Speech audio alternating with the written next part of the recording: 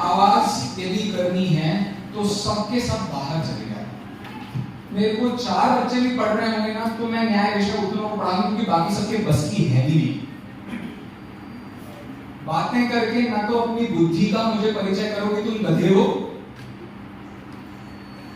और ना मेरे गुस्से का काम का कोप का भाजन बन। शांति भी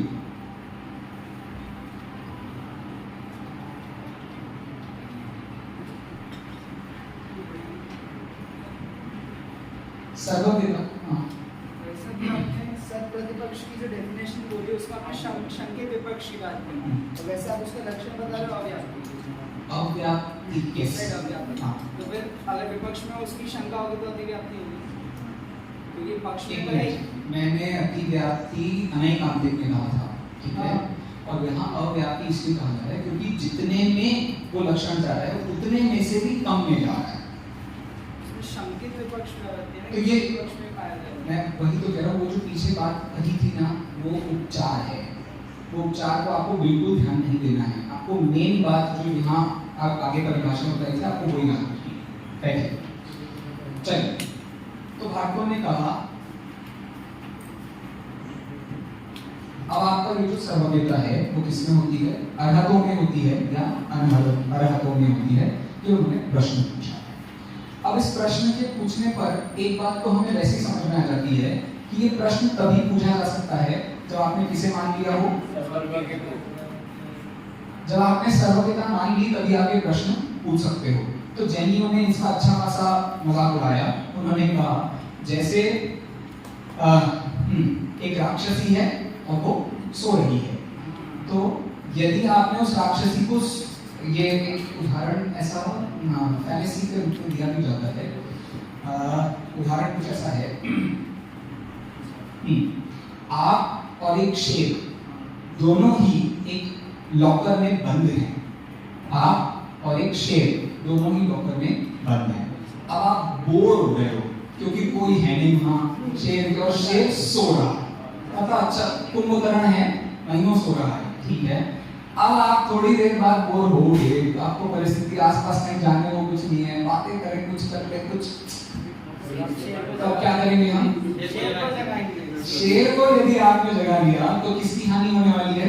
आपकी स्वयं की हानि होने वाली है। ये बिल्कुल वैसी ही बात है। अब वो शेर जो सो रहा था, कौन सा?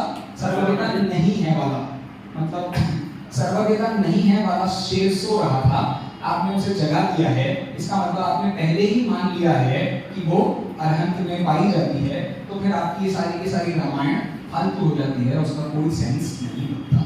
इन शॉर्ट, जो भी आपने सर्वज्ञता के संबंध में कहा था, यदि आप ये प्रश्न पूछ रहे हो वो अर्हतों में होती है कि अनर्हतों में, इसका मतलब आपने सर्वज्ञता को स्वीकार कर लिया किसी पुरुष ने। समझ में आती बात? क्योंकि वेदों में सर्वज्ञता होती है, ये तो बात वो पहले से मान ही रहे थे। क्या नहीं मान रहे थे? कि किसी पुरुष में सर्वज्ञता होती है। इस प्रश्न से साफ समझ आ गया, अर्हत भी पुरुष है, अनर्हत भी पुरुष है, अर्थात सर्वज्ञता किसमें पाई जाती है? किसी पुरुष विशेष में पाई जाती है।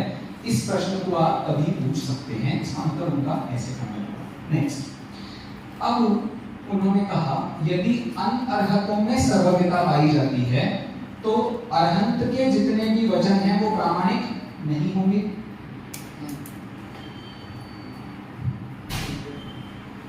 यदि अनअर्हतों में सर्वज्ञता पाई जाती है तो अरहंत में नहीं पाई जाती है, तो इनके वचन प्रामाणिक नहीं हो सकते, क्योंकि सर्वज्ञता किसमें आ गई है? अनअर्हतों में। अनअर्हत का मतलब क्या होता है? बताओ कौन? जैसे हरि, वगैरह सब कह सकते हो। ये सब क्या है? अनअर्हत, ठीक है। इसका मतलब आपने अपने आप का ही खंडन कर दिया भाटकों के हिसाब से, ठीक है। भाटकों के पूर्व पक्ष की बात कर रहे हैं। चलो, अब यदि अरहंत पना सर्वज्ञता अरहंत में पाई जाती है तो इसके दो ऑप्शंस हैं, या तो व्यापक होगी या अव्यापक होगी।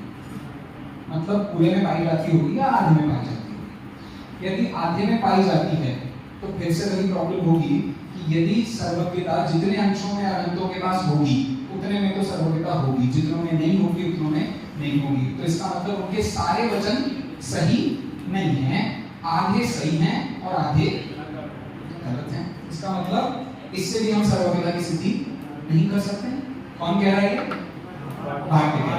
अगला, यदि व्यापक है मतलब सर्वज्ञता अरहंतों में 100% पाई जाती है, आप ऐसा कहो, तो इसको कहने के भी सिर्फ 4 कारण हो सकते हैं। 4 कारण के अलावा 5वें कारण की संभावना नहीं है। कौन कौन से 4 कारण हो सकते हैं? पहला कारण होता है श्रुति, दूसरा कारण होता है सामर्थ्य। ठीक है, ये आपके नोट्स में नहीं है, आपको अलग से लिखना पड़ेगा, ये वहां नोट्स से आपको नहीं मिलने वाला है। अगला है स्वशक्ति या दृष्टांत। इन 4 के अलावा और कोई ऑप्शन नहीं है, और वैसे भी वो 4 को ऐसे ही 2-2 के जोड़े में ही उन्होंने बांटा है। ठीक है, उसका भी एक कारण है, बाद में देखेंगे। ठीक है, यदि सर्वज्ञता 100% अरहंतों में रहती है, आप ऐसा कहो, तो उसको हम श्रुति से नहीं मान सकते। क्यों नहीं मान सकते श्रुति से? क्योंकि वेदों में ऐसा नहीं लिखा है। वेदों में लिखा है कि वो व्यक्ति सर्वज्ञ हो सकता है? नहीं। तो उसकी अपेक्षा से हम कभी भी सर्वज्ञता अरहंतों में नहीं मान सकते। दूसरी बात है सामर्थ्य। सामर्थ्य मतलब शक्ति, योग्यता नहीं। सामर्थ्य का मतलब जो कर्म है,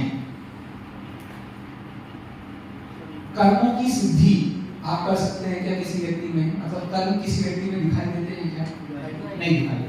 तो आप ये कहो भैया कर्म कम ज्यादा होते हैं, फिर किसी व्यक्ति में कर्म बिल्कुल खत्म हो जाएंगे, तो अपने आप उसको सर्वज्ञता सिद्ध हो जाएगी, ये वाली बात हम नहीं मान सकते, क्योंकि कर्म दिखाई नहीं देते हैं, तो उनकी सामर्थ्य भी हमें दिखाई नहीं देती है। इससे भी हम सर्वज्ञता नहीं मान सकते। अगला, यदि हम स्वशक्ति या उदाहरण से माने। स्वशक्ति मतलब बताइए आपको, सोना अपने ही उपादान कारण से शुद्ध होता है, या आप जो दुनिया भर का धातन करते हो उसके कारण से शुद्ध होता है? दोनों बातें सही हैं। मतलब वो धातन भी चाहिए और उसमें वो अपनी उपादानगत योग्यता भी चाहिए। तो उस उपादानगत योग्यता को कहते हैं स्वशक्ति। तो पहले हमने क्या कहा था? तत् ग्रहण स्वभावत्वे, वस्तुओं को जानने का हमारा स्वभाव है। तो वो शक्ति हमने है, जैसी हमने है वैसे आप में है, वैसे उसमें है, वैसे जैसे जैनियों में है वैसी बौद्धों में है, वैसी भाटों में है, वैसी। तो स्वशक्ति की अपेक्षा भी हम ये नहीं कह सकते हैं कि ये अरहंतों में ही होगी, क्योंकि ये परिस्थिति तो अनारहतों में भी होती है। ये भी बात समझ में आ गई?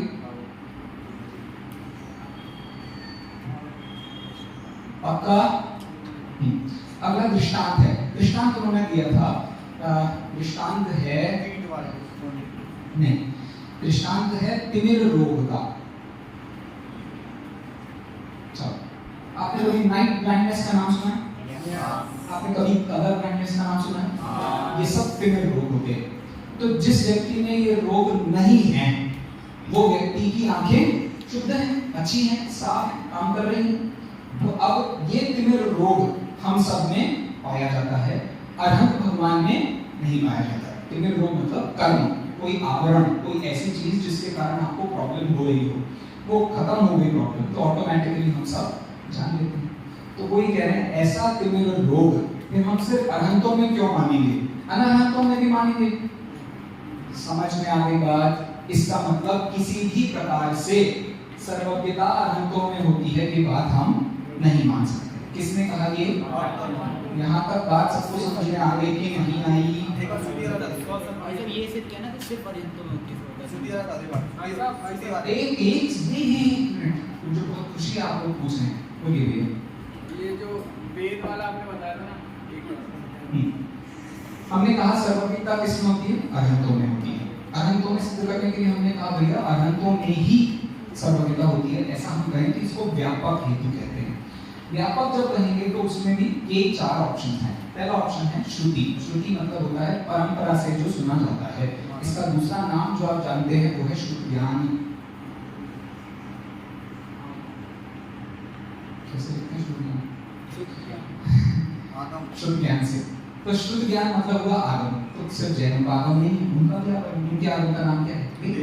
बस उसमें लिखा नहीं है कि सर्वज्ञ होते हैं। सर्वज्ञता किसी व्यक्ति विशेष में होती है, ऐसा हमने नहीं लिखा। ठीक है, बोलो आप कुछ कहते हैं? पक्का? डन? आगे बढ़े। स्वशक्ति मतलब अपनी उपादानगत योग्यता से। जैसे महावीर भगवान अपनी उपादानगत योग्यता से, अपनी सामर्थ्य से सम्यक दर्शन ज्ञान चारित्र की नित्यता को पाकर मोक्ष चले गए। ऐसे वो दोनों मान ले, ऐसे ही हरि हालत में मान ले, हम सब में मान लेंगे। ऐसी स्वशक्ति तो सब में होगी। मोक्ष जाने की योग्यता किसमें नहीं? सब में। ठीक है यहाँ तक? Anybody, any question? Yes. अव्यापक। यदि सर्वज्ञता अरहंतों में व्याप्त ही नहीं है, व्याप्त नहीं है मतलब थोड़े से हिस्से में है।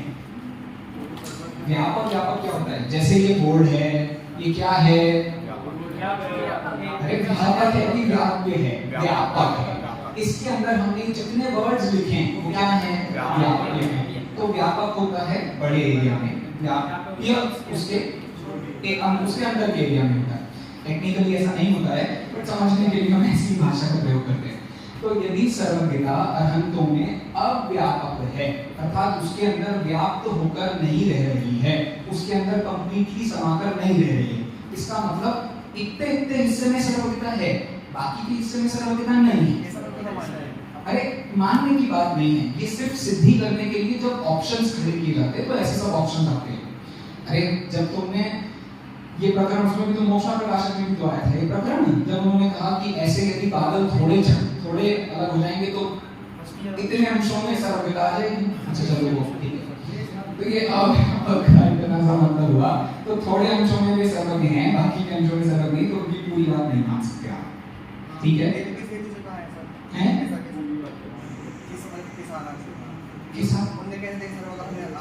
क्योंकि तुमने तो कहा था तत्ग्रहण स्वभाव के सदी प्रक्षेप प्रतिबंध प्रत्ययत्वा, उसी बात को पकड़ लिया और पकड़ करके वो हमारे पीछे पड़े।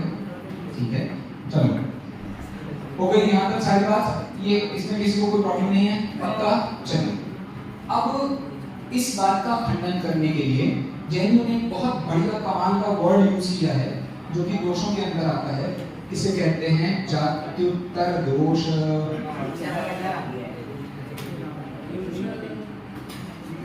क्या कहते हैं इसे? जात्युत्तर दोष का सीधी सी भाषा में आपने तत्प्रमाणे नाम के सूत्र में पहले पढ़ा है। इसको दूसरी भाषा में कहते हैं प्रतिज्ञा हानि। प्रतिज्ञा हानि का क्या मतलब होता है कि उन्होंने जो बात मान करके रखी होगी आप उस बात का खंडन कर रहे हैं। मतलब वेदों वाली बात नहीं, इन्होंने एक प्रतिज्ञा मानी है और उस प्रतिज्ञा को इसी स्टाइल से उसका खंडन करने वाले हैं। जरा देखिए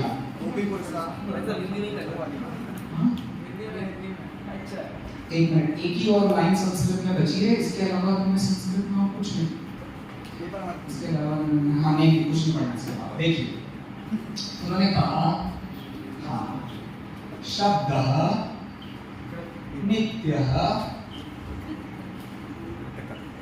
हेतु दिया है उन्होंने प्रत्यभिज्ञायमानत्वात्।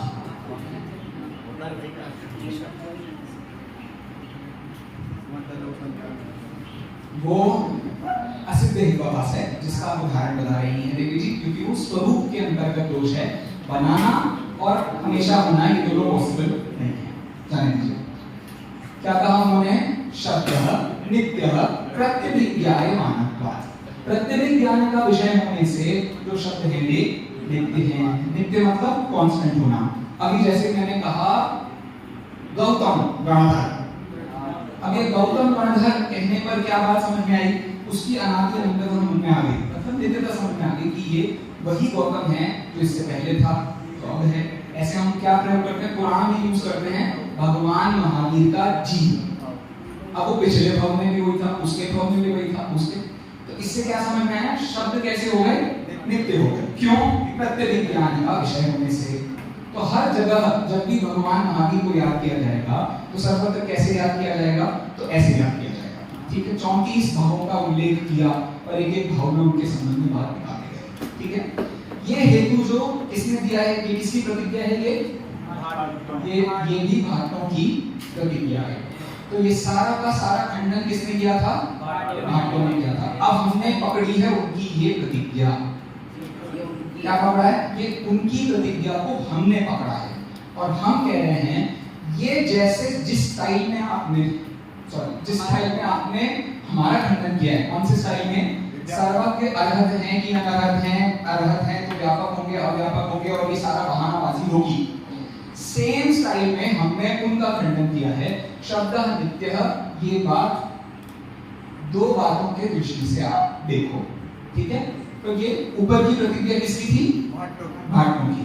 अब हमने कहा आपने शब्द में ये जो नित्यता मानी है वो शब्द नित्य होते हैं या अनित्य होते हैं?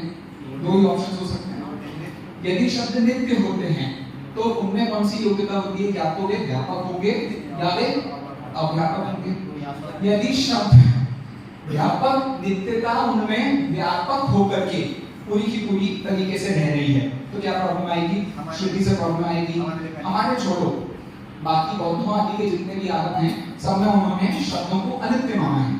तो अनित्य माना है तो उससे प्रॉब्लम आएगी। सामर्थ्य की अपेक्षा जैसे हमने कर्म खड़े किए हैं वैसे वो शब्दों में नित्यता अनित्यता खड़ी करेंगे।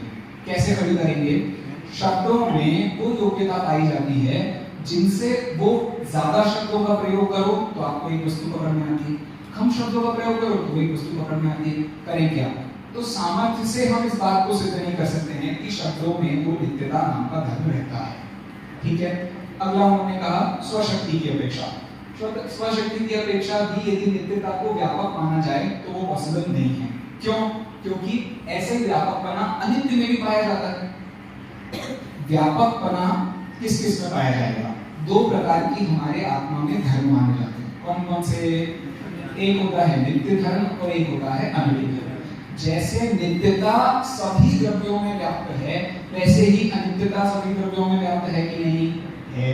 किसकी अपेक्षा? स्वशक्ति की अपेक्षा। क्यों? हमारे पास में वो धर्म है। कौन सा धर्म है? नित्य नाम का धर्म और अनित्य नाम का धर्म।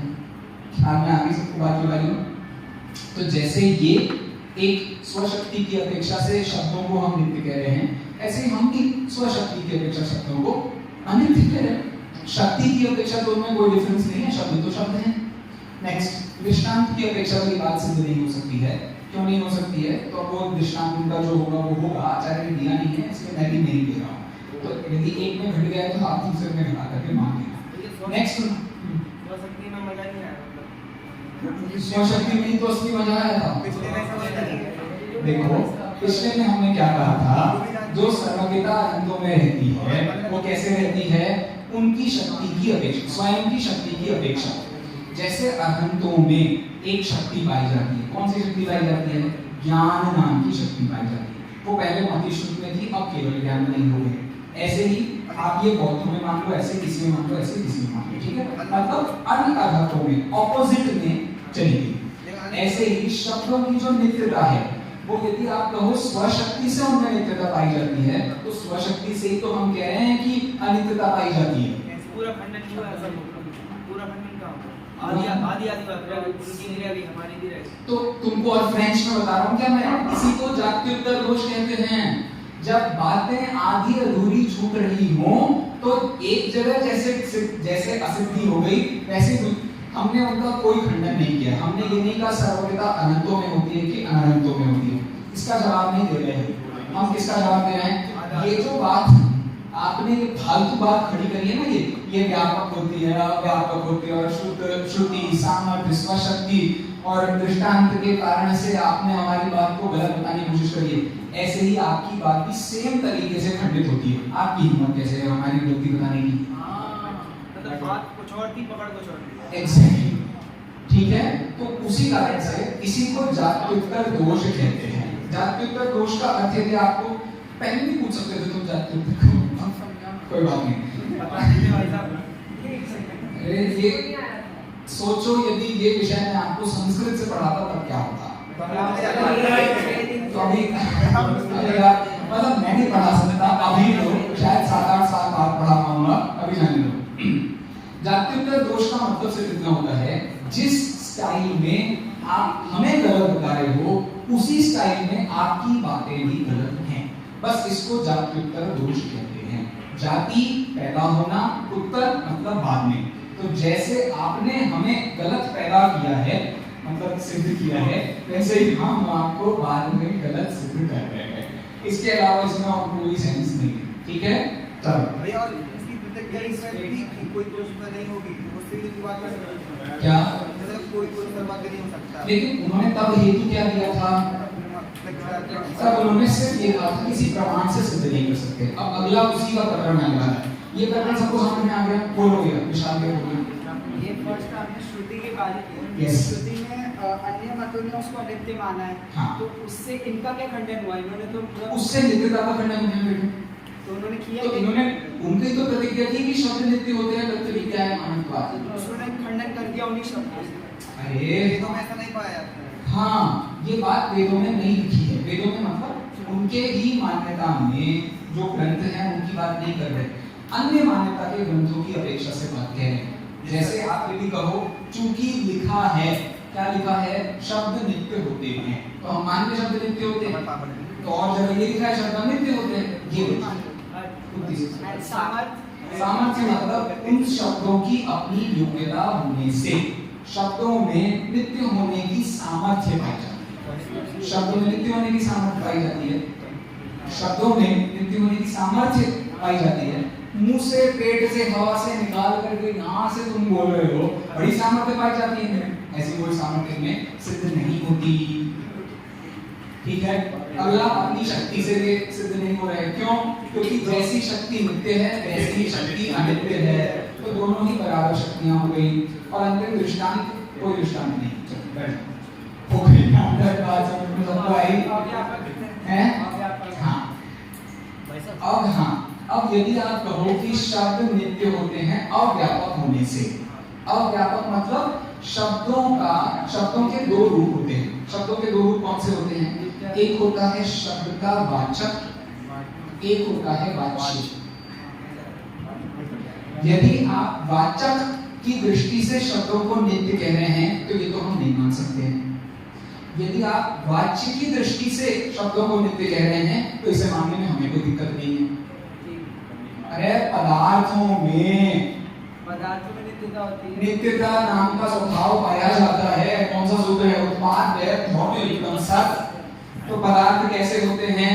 नित्य होते हैं। तो अब जिन शब्दों से आपने उन पदार्थों को बताया वो तो नित्य हैं, हमको उसमें कोई प्रॉब्लम नहीं, लेकिन क्या ये शब्द भी नित्य हैं? ये शब्द नित्य नहीं माने जा सकते। इसीलिए वेदों को हम कैसा नहीं मानते? अपौरुषेय। वेदों को अपौरुषेय क्यों नहीं मानते हैं? क्योंकि वो ये कह रहे हैं शब्द भी अनादि निधन है, वो शब्द अनादि निधन नहीं है। उनके वाच्य भले ही अनादि निधन हो सकते हैं, शब्द नित्य नहीं हो सकते हैं। ख्याल में आगे सबको बात। तो इससे हमने अव्यापकपना सिद्ध किया। जो बात यहाँ हमने नित्यता के संबंध में कही थी वो सिर्फ पार्शियली ट्रू है, नॉट कंप्लीटली। यही बात उन्होंने हमारे बारे में कही थी तो हम उनके बारे में कही। और यदि शब्द नित्य नहीं अनित्य होते हैं तब तो फिर नित्यता कहने की कोई बात ही नहीं बची। ख्याल में आगे पूरा प्रकरण सबको। इस पूरे प्रकरण के लिए कीवर्ड क्या है? जात्युत्तर दोष। यदि आपसे पूछा जाएगा तो आपको ये पूछना है भैया जैनियों का बताना है कि भाट्टों का बताना है। तो वास्तव में जब भी जात्युत्तर का प्रश्न आएगा तो आपको ये सर्व के आधा अनाधा नहीं बताना है, आपको बताना है शब्दः नित्यः प्रत्यभिज्ञायमानत्वात्। एक सेकंड, क्या इतना ही लिखना है ना? हाँ बस इतना ही लिखना है। दिमाग खराब है तुम्हारा? अरे ये इसके बाद आपको ये प्रतिज्ञा भाट्टों की है। इसके खंडन में जैनियों ने कहा ये नित्य होते हैं या अनित्य होते हैं। यदि अनित्य होते हैं तो फिर शब्द नित्य होते हैं ऐसा नहीं कहा जा सकता। यदि नित्य होते हैं तो दो परिस्थितियां हैं। हाँ मुझे कोई दिक्कत नहीं है, स्ट्रेट करना पड़ेगा बस। जितना दिमाग नहीं लिखा है वो भी लिखना पड़ेगा। चलो यहाँ तक बात सबको समझ में आई क्या? अव्यापक का मतलब होता है किसी चीज का एक पार्ट में पाया जाना, पूरे में न पाया जाना। मैं क्या होता हूँ, शब्द नित्य होते हैं अव्यापक होने से। अव्यापक का मतलब पूरे में उनको घटित नहीं कर पा रहे हैं हम, मतलब कुछ शब्द तो व्यापक हैं, कुछ शब्द अव्यापक हैं। वो समझ में आ गया, ये वाचिक वाला है। अरे इसकी अपेक्षा से हमने नित्य नहीं कह सकते, इसकी अपेक्षा से हमने नित्य कह सकते हैं, तो एक पार्ट में बात से हुई ना भाई। जाने दो क्या मस्ती करो। चलो बोलिए, बोलो जल्दी। प्रकरण चल रहा था सामान्य सर्वज्ञ सिद्धि का। हाँ। तो बाद में उन्होंने सिद्धि का प्रकरण चल रहा है ये सत प्रतिपक्ष का। सत प्रतिपक्ष सुनिए सभी, सत प्रतिपक्ष को दो मुद्दों में हमने एक्सप्लेन किया। पहला तो सत प्रतिपक्ष का मुद्दा था जब उन्होंने कहा सर्वज्ञ के हाथ होते हैं, पैर होते हैं, वो बोलता है, ये पहला प्रकरण था। और अब ये दूसरा प्रकरण है जहां भक्तों ने कहा सर्वज्ञ अर्हतों में होता है कि अनर्हतों में होता है, उसके संशय के निवारण के लिए पूरा प्रकरण लिखा गया। उन्होंने कहा, उन्होंने खंडन भी कर दिया क्या चलता है। फिर हमने उसके लिए उनका जो दूसरा है कि हिसाब तनित होते हैं, तो भी इसके द्वारा भी सर्वज्ञ। तो असली में हमने इस प्रश्न का उत्तर नहीं किया है, क्योंकि उन्होंने एक्चुअली अभाव ही सिद्ध किया है। उन्होंने तो ये सिद्ध किया सर्वज्ञता का अभाव होता है। अब जरा एक मिनट में इतना सुन लो कि सर्वज्ञता के अभाव को यदि माना जाए तो क्या होता है। आप सब लोगों ने प्राग भाव पढ़ा है, बताओ प्राग भाव से क्या मैं कह सकता हूँ कि सर्वज्ञ नहीं है? क्या मैं प्रध्वंसा भाव से कह सकता हूँ सर्वज्ञ नहीं है? क्या मैं अन्योन्या भाव से कह सकता हूँ सर्वज्ञ नहीं है? क्या मैं अत्यंता भाव से कह सकता हूँ सर्वज्ञ नहीं है? नहीं। त्रैकालिक भाव को अत्यंता भाव कहते हैं। तो एक और संस्कृत की पंक्ति है जो आपको ध्यान रखनी है, वो देखो वो नोट्स में दी हुई है, अभाव वाले प्रकरण में सेकंड नंबर की लाइन है, जरा मुझे बताना पड़ गई।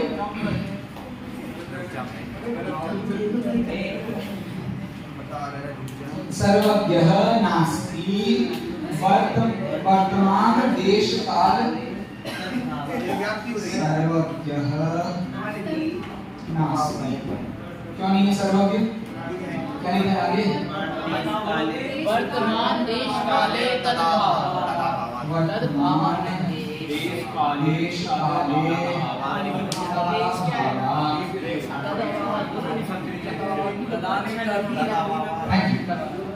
देखिए सर्वज्ञ उन्होंने सबसे पहले क्या कहा था? सर्वज्ञ नहीं होते हैं क्योंकि किसी भी प्रमाण से सिद्ध।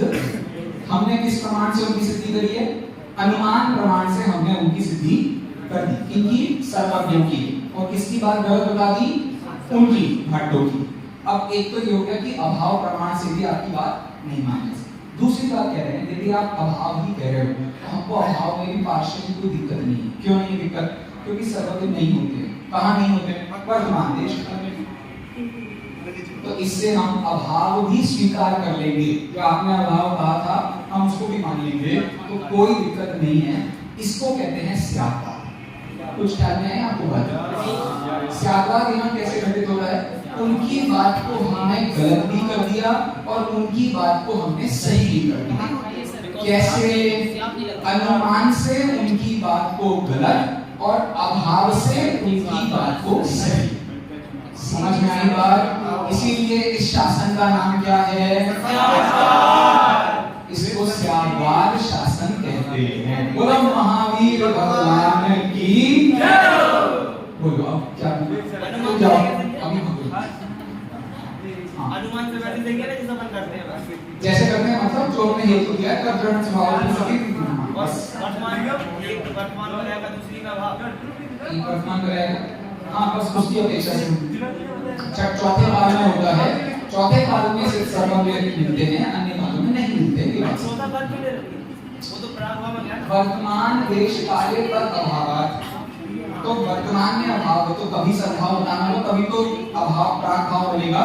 ये अन्योन्य भाव। प्रागभाव प्रध्वंसा भाव की प्रवृत्ति ऐसी होती है, एक जगह चाहिए प्रवृत्ति, दूसरी जगह चाहिए अभाव। बिना इसके अभाव तो नहीं बनेगा। तो प्रवृत्ति है पंचम काल में, वर्तमान अर्थात प्रवृत्ति है चौथे काल में, वर्तमान मतलब पंचम काल में अभाव। अन्योन्य भाव का ये विषय ही नहीं है, ज्ञान कभी भी अन्योन्य भाव का विषय नहीं है, उद्गल ही अन्योन्य भाव का विषय है।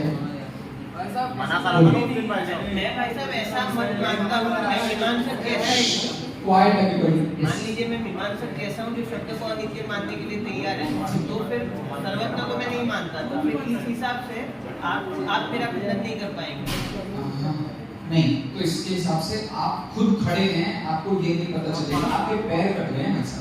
नहीं, मैं वेद को अपौरुषेय मानने के लिए मतलब मैं वेद को अपौरुषेय नहीं मानने को तैयार हैं, लेकिन तो मैं फिर तो आप सहभागी हैं। तो फिर तो आप में और हम में गले मिलने जैसे संबंध है। फिर तो क्या बचा, अब क्या बचा? नहीं, पौरुषेय नहीं, सर्वज्ञ ने नहीं लिखा, धर्मवादी ने लिखा है। किसने?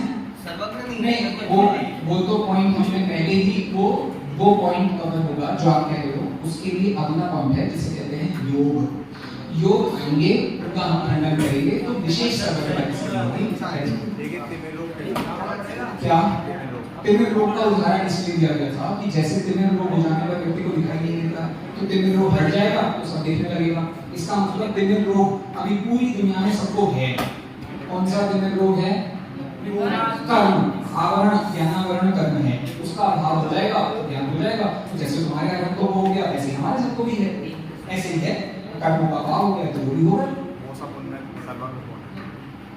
अरे आदमी सर्वज्ञता की सिद्धि हो जाएगी तो आपने सर्वज्ञ की ही बात सुने, ये बात नहीं लगी ना, तो किसी की बात सुनी जाएगी। आपने अन्योन्य भाव को मना करा, लेकिन उस दिन समर्थ भैया ने बोला था अन्योन्य भाव समझो। वो आप जाने और आपके समझ में जाने। मैं अष्ट सहस्री से बात कर रहा हूँ, मैं पंक्तियां दे सकता हूँ, आप 4 पेज पढ़िए फिर बात करेंगे। और उनको जो पता है वो हमारी ही चर्चा के बाद पता है, उसके बाद में पढ़ना। एक और ये प्रत्यभिज्ञ ज्ञान को अपन इसमें मिलाएंगे कैसे? इस प्रतिज्ञा में क्या ये प्रतिज्ञा ज्ञान माना तो आज इस प्रतिज्ञा में ये जो कनेक्ट कैसे होगा? ये प्रतिज्ञा नहीं है, ये हेतु है। प्रतिज्ञा तो इतनी है शब्द में। इस प्रतिज्ञा ज्ञान का मतलब होता है नित्यता को ग्रहण करने वाला प्रतिज्ञान होता है। अभी नेक्स्ट ईयर पढ़ोगे तद्भावा ज्ञान नित्यम, इसकी टीका आएगी। हाँ, नित्य शब्द को सिद्ध करने के लिए प्रत्यभिक ज्ञानमानत्वाद की हेतु दी है। जिस चीज को आप आगे पीछे से कनेक्ट कर देते हो उसको नित्यता, उससे नित्यता की सिद्धि हो जाती है। भाई साहब ज्यादातर दोष में मतलब ये हुआ कि ऐसे स्टाइल से कुछ और नहीं, इस टाइप से सिद्धि नहीं हुई, तो इन्होंने अपने ग्रंथ में जो बातें कही थी वो बातें उनकी तरफ से खत्म हो गई। अब दूसरा दर्शन आएगा जिसका नाम है योग दर्शन। वो अपनी बात कहेगा, वो ये कहेगा कि सर्वज्ञता की सिद्धि अनंतों में ही नहीं होती। दर्शन क्यों बदल रहे हो? उनकी बात बदलो ना। एक बात, जिस दर्शन ने जितनी बात कही उसका हमने खंडन कर दिया तो उनकी बात का सफाया होगा। अब दूसरा दर्शन कह रहा है मुझे पता है क्या पूछ रहा है, तो मैंने बता चलो बात खत्म हो गई है। प्रश्न पत्र का प्रारूप कितने लोगों को नहीं पता है? प्रश्न पत्र कैसा आएगा ऐसा कितने लोगों को नहीं पता है? मैं कैसे बताऊं? सही है, भेज दिया, वो मना कर रहे हैं। अच्छा, बाकी के विद्यार्थी जाइए, बाकी के थोड़ी देर में आएंगे। चलो जाओ।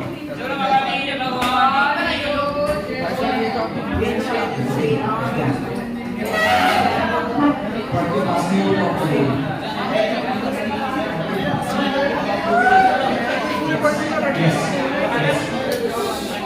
देखिए 7 कर दे भाई।